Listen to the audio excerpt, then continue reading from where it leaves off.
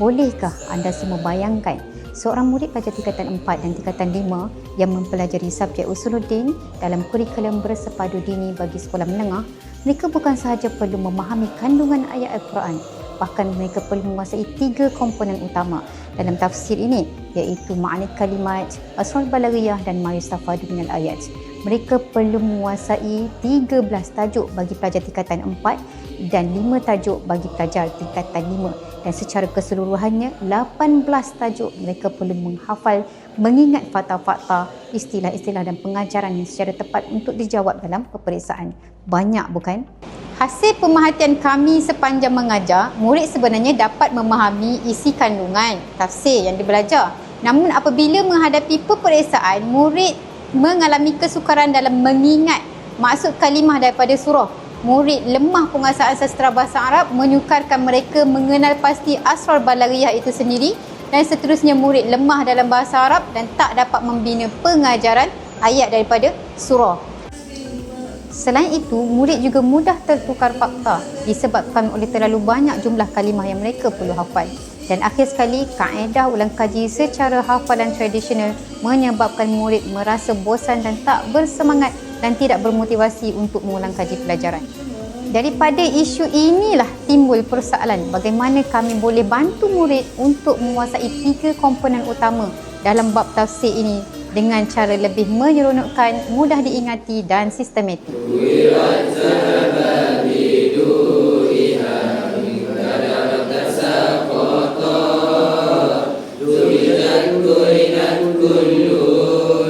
Inovasi ini terhasil daripada kreativiti anak-anak pelajar kami sendiri. Setiap tajuk mempunyai lagu yang berbeza yang menggabungkan ma'ani kalimat, asrar balaghiyah dan juga ma yustafadu minal ayat.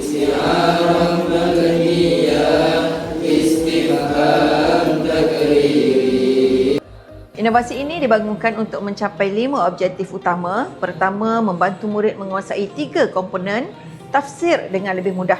Kedua, untuk meningkatkan motivasi serta penglibatan aktif murid dalam PDP. Dan ketiga, menjadikan proses ulang kaji lebih sistematik, menyeronokkan dan berpusatkan murid. Dan yang keempat, melahirkan murid yang kreatif dan berdaya saing dalam menghasilkan kaedah ulang kaji. Dan yang akhir sekali, untuk meningkatkan jumlah pelajar mencapai A dan sekaligus menaikkan grade purata mata pelajaran.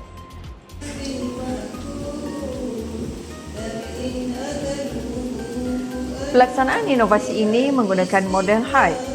Apa itu model HYPE? H, Y, P, E. H, highlight. Guru membimbing murid mengenal pasti 3 komponen utama dalam setiap tajuk tafsir. Y, lyrics. Murid menyesuaikan melodi dengan konteks isi pembelajaran mengikut buku ringkasan mereka. P, perform.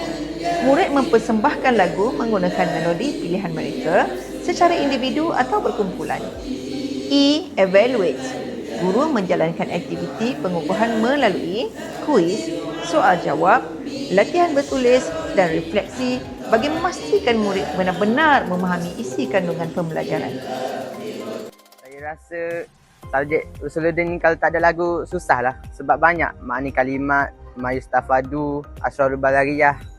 Tapi kalau ada lagu ni mudah je untuk hafal. Betul. Contoh surah At-Tin.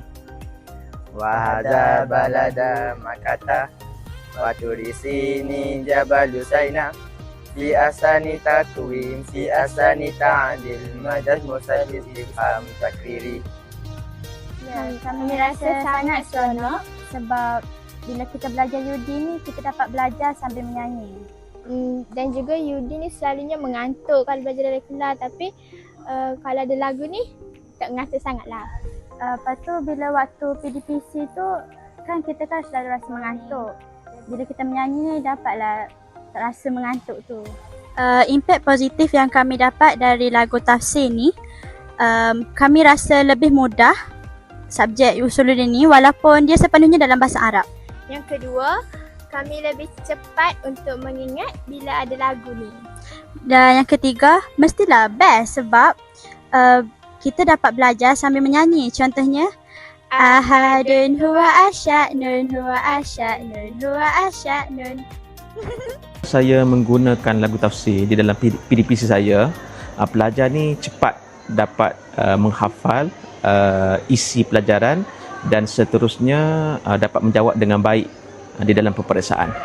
Apabila pelajar menggunakan lagu tafsir, mahir menggunakan lagu tafsir, pelajar dapat menjawab dengan baik di dalam peperiksaan dan jawapannya tepat berbanding dengan pelajar yang kurang ataupun kurang mahir di dalam menggunakan lagu tafsir. Kemungkinan pelajar tersebut jawapannya tidak lengkap dan ada sedikit kesalahan di dalam jawapannya. UDIS Hype menyokong pendidikan berkualiti dalam kerangka matlamat pembangunan mampan SDG 4 iaitu menyediakan pembelajaran yang berkualiti, inklusif dan berpusatkan murid. Melalui pendekatan ini, murid bukan sekadar menghafal fakta tapi membina pengetahuan sendiri melalui kreativiti, komunikasi, kolaborasi dan pemikiran kritis. Hal ini selari dengan hasrat SDG 4 untuk memastikan setiap murid mendapat pengalaman pembelajaran yang bermakna dan berkesan.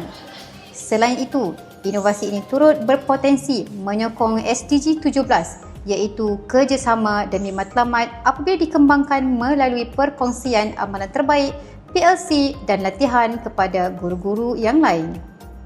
Kesimpulannya, UDIS Hype merupakan satu inovasi pedagogi yang mentransformasikan pembelajaran tafsir daripada hafalan konvensional kepada pembelajaran aktif yang berpusatkan murid. Melalui gabungan kreativiti, melodi dan kandungan kurikulum yang sistematik, inovasi ini membantu murid menguasai ma'anil kalimat, asrarul balaghiyah dan ma yustafadu minal ayah dengan lebih mudah, menyeronokkan dan bermakna.